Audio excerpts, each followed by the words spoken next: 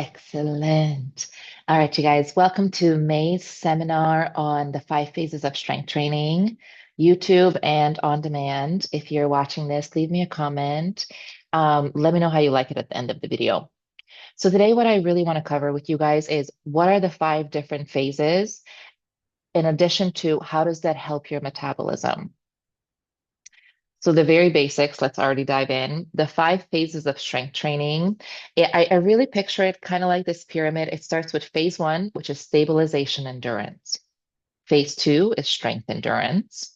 Phase three is hypertrophy. Phase four is maximal strength. And then five is power. By the end of today, my goal is that you clearly understand the differences between the 5 phases and then also decide which one is right for you to start with, while also understanding that cycling through in a year map, all five are essential to get all of the basics. Strength training isn't just a random, and I think this is where like a lot of people get confused of like, I'm lifting weights, I'm not really seeing results. And there really is a system to this. There's a method to the madness of what comes after one another. So you're actually getting the results you're looking for. Um, it does really help when you cycle them in about a 6 to 12 week cycle. So you want to keep in one phase for about that long, depending on what your goals are specifically. So stabilization endurance is a fantastic starting point. It improves muscular endurance.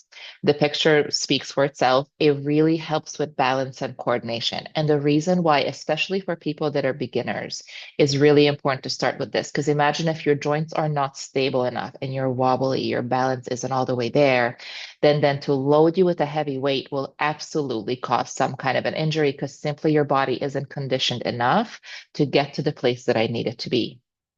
The repetitions, if you're training in this phase, it's 12 to 20 repetitions. So it's on the higher end. I want to be able to repeat a certain exercise. You want to do about 2 to 3 sets of this. And then the intensity means this. If I were to do, let's say out of that 12 repetitions, about 50 to 70% means that by the time I get to like my sixth or seventh one, my body is starting to feel the fatigue, but I can still finish it all the way up to the 12th one. Same if I'm working in the 20 repetition, about 50% is when I get to 10, I should feel like, oh yeah, my ankles are really burning, or like my knees are really feeling that stability. The tempo of this is very slow and controlled movement. It's not fast, it's not explosive. The four means if I am balancing here, then let's say I'm doing a stabilization squat, it would be body weight for me. If I'm doing 20 repetitions and I'm just starting, I would go a 4 count really slow on the way down. I would go 4, 3, 2, 1. I hold for about 2 seconds, 1, 2 at the bottom, and then I move up. So I'm conditioning my muscles time under tension. So there's that endurance aspect, and that I can hold that exercise for a period of time. I would want to do that body weight with that tempo for that 12 to 20 repetition. And I promise you that even if you did that now, if you were a person that has already been working out and you started doing exercises in that fashion, your legs will burn. It builds awesome stability in your joint structure and it teaches your muscles to really grip and hold, which then provides you with a really good base to then be able to load it and get heavier with it. It usually is when you're training in this phase, it's usually pretty full body focused. You want to work with body weight or lightweight, and then the quantity and the quality of the movement is what really matters. I'm making sure that I can perform the exercise with good form before I even think about adding weight. So that would be phase one. Again, if you're a beginner, I would train in this phase for about 4 to 6 weeks to start. Then I would do a check-in to see, has there been improvement since my first week to the last week? And if I need to work on it a little bit more, I would extend it almost all the way up to 12 weeks to make sure I get it right before I add weights to it to prevent injury and to make sure that I get everything right. Phase number two is where I really start thinking about adding on weight. So this is now strength endurance. It's building on the stabilization. We're starting to really activate the prime movers in your body. So if there's an exercise that focuses on strictly on bicep would be your prime mover. This is where I'm starting to really tone the muscle mass. It increases your lean body. And this would be a really good phase for someone to train in if you want stronger muscles, but you don't want them to necessarily grow. Yeah. There's a difference in I'm growing my muscle or if I'm strengthening the muscle mass I already have. In stabilization, I'm priming it. In strength endurance, the muscles I already have are now getting stronger, which also then provides a good base for then step three. This is the only, based on National Academy of Sports Medicine, the only phase that you want to superset in. It kind of sounds like this. I go through my repetitions changed a little bit. I do not go up to 20. It's now 8 to 12 repetitions. I can start adding one extra set on top of that. So it moves from the three to two to four. The intensity is also higher because I'm starting to load the muscles. I'm adding on more than just my own body weight. And the tempo changes a bit too. It's a two count on the way down or a decreased movement. So I go down, down. Let's say, let's stick to the squat example. There's no hold at the bottom. And then I go up, up on that same count too. Down, down, up, up. Same if I'm doing a bicep curl, I would go open, open, close, close with that curl. That still keeps that endurance element in there where I am putting my muscle under a longer amount of tension, which then starts to tear the muscle fiber. But since it's still on the lower set as far as the weights go, I'm not building muscle, I'm strengthening what I already have. It is really good for isolated movements, just like I'm simply working my bicep, like concentrated curls. Also great for compound lifts where it's more of a full body move. And you can do it high volume, like you could do the 12 repetitions for four sets, and you'll get a really great workout out of that. A superset comes in like this. I want to add back basically the stabilization with this, and it really burns out your muscle. I would do it in a way of, let's say that I am working with weights and I'm lifting, I'm lifting actually like lighter set of weights with the squats. I would pick 8 repetitions of squats and I'll load it with a light to medium weight for me. Once I'm done that with that eight, I would drop the weight and just do body weight with that controlled tempo. Does that make sense? Kind of, not really, a little bit. What that really helps with is I'm still adding the strength, but I'm still working my body in that superset of stabilization. And your legs will honestly, this is where you get that really toned and lean look instead of like the muscle growth look. Same pace here. I would start in stabilization endurance, 6 to 12 weeks, and then I move into strength endurance for about 6 to 12 weeks. If a person just wanted to look really toned and feel really strong, alternating these two phases back to back is a really good way to ensure that you don't plateau, you don't get a burnout, and you don't get an injury. Cool. If I do want to go, great. I've got my form is really good and I can last while I'm working out. Now I have built stronger muscle mass with what I have, and I'm ready to build a little more. I really care about my muscle mass and bone density. I'm ready for phase three, which is hypertrophy. And this is really where you start adding on more muscle to than what you already have. Increases muscle size. It is now a higher volume. It's moderate to higher loads, and then the rep range is a little bit lower. So I go 6 to 12 reps, and I would stick to about 6 to 8. The sets go a little bit higher, so I go 3 to 5. And then the intensity of this also increased. It's now 75 to 85%. So my weights are increasing. Again, if I am doing an 8 repetition, the way that I would find my personal, because it's going to be different from person to person of what is your 75 to 85, I would go, great. I'm going to find by the sixth repetition, I should feel like I don't really want to do another one, but I can still finish it with good form. If I can do 5 full sets of that, I am definitely growing my muscle. The tempo on this is still very slow and controlled. It's 2-2, no hold, 2-2. And then the rest in this, because your muscles will fatigue, it's a little bit longer, especially if you're doing the 5 sets of this. This is really where your nutrition will also start to matter. Growing muscle requires a ton of protein. This can come from natural protein. So if you're going to start adding in just more protein from animal protein, or if you are vegetarian and you have dietary restrictions, just a lot more quinoa, a lot more tofu. Um, Lentils will give you really great protein too, or starting to add good quality tea, like actual protein powders, will be essential for your muscle to be able to keep up with this training style. After I finished phase one and two, I would move on to phase three for 6 to 12 weeks again. It takes naturally about 6 weeks of consistent exercise in a specific phase for your muscles to start to really get into that adaptation where you see the change. Phase four is maximal strength. Now, for someone who is just looking to increase their strength, unless you're training for something very sports specific, it's very unlikely that you're actually getting into the maximal strength zone. This is perfect for bodybuilders that are really looking to have like that body aesthetic a certain way, or professional athletes if you're really looking for that explosive power. Maximal strength is not really a long period either because your body just simply can't keep up with the demand for such a long period of time. So, max 4 weeks that someone will train in this.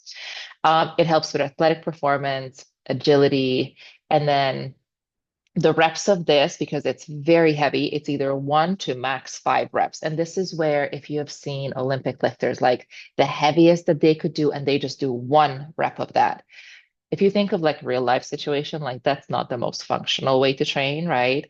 But it is a really nice way to at least get a benchmark for yourself. So then you know as you're training in the other phases of like, what is that max that I can do? Also then helps to find your percentage of what that range should be for you to lift. This is explosive. It's as fast as you can get it up. It's as fast as you can get it down because it's as heavy as you can possibly handle. And because it exerts a lot of power from your body, you need longer period of rest. It's 3 to about 5 minutes for you to recover, especially if you're doing 6 sets of this. Yeah. So this is where you see in the gym, like bodybuilders will do like something really heavy once. They're required a ton of energy and then they sit around on their phone for another 3 minutes. They're genuinely just waiting for their recovery time so they can perform it again. It is a good way to get that maximal strength. So great if it's sports specific.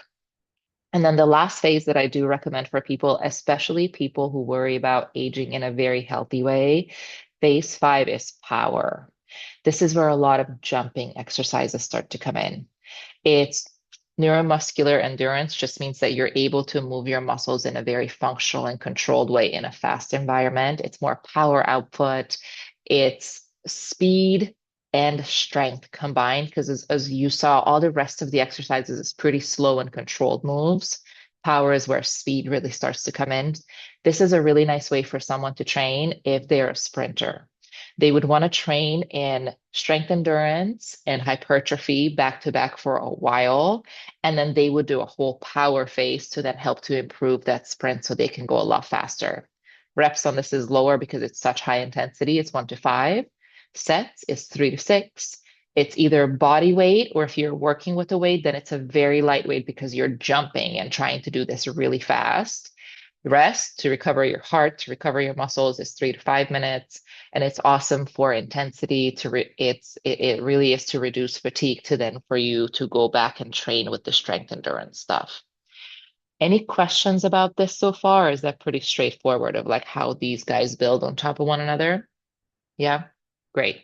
These are the 5 phases of strength training. So to review, it's stabilization, strength endurance, hypertrophy, maximal strength, and power. And a lot of people will skip maximal strength and just circuit in that 4 or 3. Putting it all together, if you are looking for where should I start? What should my routine be? A yearly routine is really nice to hit different phases within your months to make sure that your body can actually keep up with the demand and it lasts a long time. A strategy is awesome in keeping it in that 12-week zone. So if you're cycling like for 3 months, I'm doing this, for 3 months, I'm doing this, for 3 months, I'm doing this, and then you actually have a structure instead of just throwing darts blindfolded. First, you start with stabilization, then you move on to the next phase, and then the next phase, and then the next phase. And obviously, you adjust on your levels and goals. If you're a more beginner, you would stick to the first phases for a little longer and then move your way down. The benefits of training in this cycle is it really helps with, if you guys have ever noticed that if you continue doing the same thing over and over and over again, your body in the beginning adapts, but then it starts to plateau and then you're not really seeing any more results. By having a cycle in like this big yearly structure, it prevents a plateau. And so you continuously, as you cycle through, your body keeps adapting. It really helps with the balance of stress in the body. And we're not talking about like the emotional stress, but the physical stress that strength training puts into your body. This is the healthy stress. So it balances out of like how much you're getting, not overtraining. It avoids burnout, it avoids injury. There's more of a strategic plan behind the training. And so it helps to recover much better too. So it's more sustainable in the long picture. You also get so much better results for the reason of you don't plateau and your muscles keep on adapting to it as you go through different phases. And what I start to notice for myself when I actually cycle through like this is I build a really good foundational strength in the beginning. Then my endurance is much better, especially for my runs. And then I actually get better results in also how I look. And I like that as far as like how my clothes fit, or if I'm able to lift a little heavier in my second round of the like maximal strength phase. My PRs improve when I cycle through. It reduces the risk of injury, which is a massive one. You do have a purpose behind your training, and it helps to optimize your performance. Cool. How to pick your phase and then schedule your cycles. If you're new, you would start with stabilization. If you're looking to grow your muscle mass, then you would definitely want to train for longer and hypertrophy. If you're looking to get stronger, then you do want to start in, you at least check your maximal strength. And even if you're starting, this is not a bad thing to do. And that doesn't mean that you're Olympic lifting the heaviest things you can find, but to check to see like, what is your limit currently? That gives you a PR. That's your personal record to start with. It gives you kind of a benchmark. And then you go through your stabilization and strength endurance, and then come back after a couple cycles to see what is your PR now, if that's starting to improve. And that's a really good thing to do because it kind of gives you those check marks that what you're doing for training actually works. If you want to be more explosive for sport specific, you would want to train in power. If you're training for some kind of event like a high rocks competition or a tough mudder, you want to cycle this and then make sure that you get to your peak performance by the date.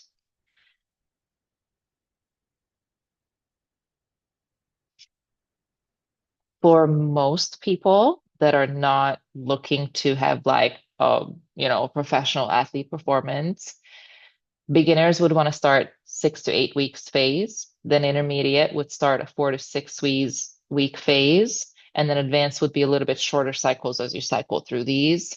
I personally, and this is by the book, I really see the best results for myself when I do it about like 6 to 8 week cycles. If I'm really trying to hone in on something, then that's when I put it to 12. Repeat with progression. You can come back to the exact same workouts you have done. The progression would be you add a little higher weight, you do higher repetitions, or you add another set to it. Same exact exercise works. Why this contributes to your metabolism. So, metabolism is the way that you process, digest your food, if you store it, or if you use it for energy. When we talk about strength training your body, and be that strengthening the muscles you already have or adding more muscle mass to your body, the higher your muscle density, the stronger you are, the more energy that it takes for your body, because it takes more energy to maintain muscle. So you process your food more efficiently and you use a lot more of it. When people talk to me about, I really want to lose fat, I need to start doing cardio, this is where a lot of big misconceptions are. Strength training is the fastest way to lose fat for the reason of when you train your muscles, you're burning body fat even when you're not working out. And there's a lot of studies around how even like 48 hours after you have done a workout, your metabolic rate has increased. And then if in 3 days you do another workout and then another workout and another workout, you're burning and using your food much more efficiently. You store less of it. This really helps with fat reduction, but then also just having much more lean muscle mass, the afterburn effect we talked about. It improves your insulin sensitivity a lot too. So it really helps with anything like diabetes, making sure that your condition there is really healthy or even managing it.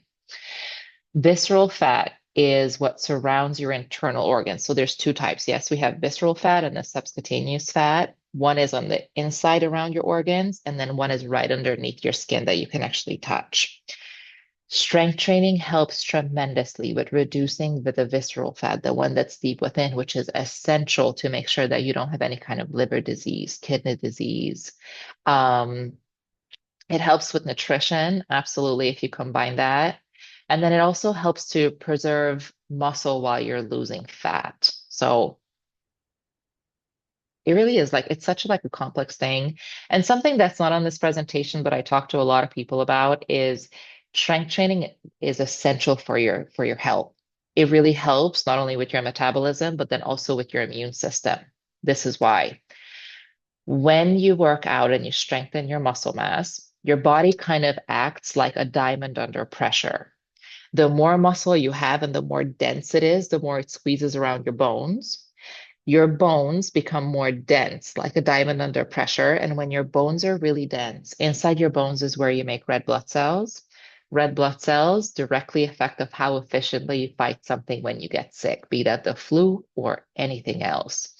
And this is where it becomes a massive issue with elderly who wasn't used to strength training. Naturally, as we age, your muscle mass and your bone density will start to drop. We can't fix that. However, you can prevent having an issue because if you have a sustainable kind of practice around your entire life, maintaining your muscle mass, then if I start from I have a lot to drop a little, I won't even notice. But if I go from I don't have very much and it drops even lower, now it's a problem. Same with then being frail in your muscles or having any kind of bone density issues, which then directly affects, we just talked about your immune system, right? Like if your bones are hollow, you're not making that many red blood cells. And so when you get sick, you're sick for a whole lot longer, and your body has a really hard time fighting that. Strength training is so helpful with getting to a certain age and then preventing all of that, where you can still live very happily. It really is. Strength training is one of the most essential things that you can do. And cardio and stretching, absolutely essential too. But this is really the key element that then you kind of want to build your life around to help. And I think that concludes that. I think we covered a lot, and I know that's kind of a lot of information. Does that clear some questions up or help at all? Great. YouTube and on demand. Katie and I are going to chat. Thank you very much for joining. Send me a message if you have questions about this. Also, if you want help kind of dialing in what your routine should be, because again, it very much differs from person to person. My routine is going to be different from yours, and yours is going to be very different from mine. And I'm very happy to help sit and kind of talk it out of what should be yours, what should you focus on based on where you're at, where you want to be, and what your goals are. Um, I do have on Wellsy 12-week strength training routine that's custom built for you. If you're interested in something like that, like you need a gym routine, you want to get structure, I'm also very happy to help you with that. Okay, I'll talk to you guys soon. See ya.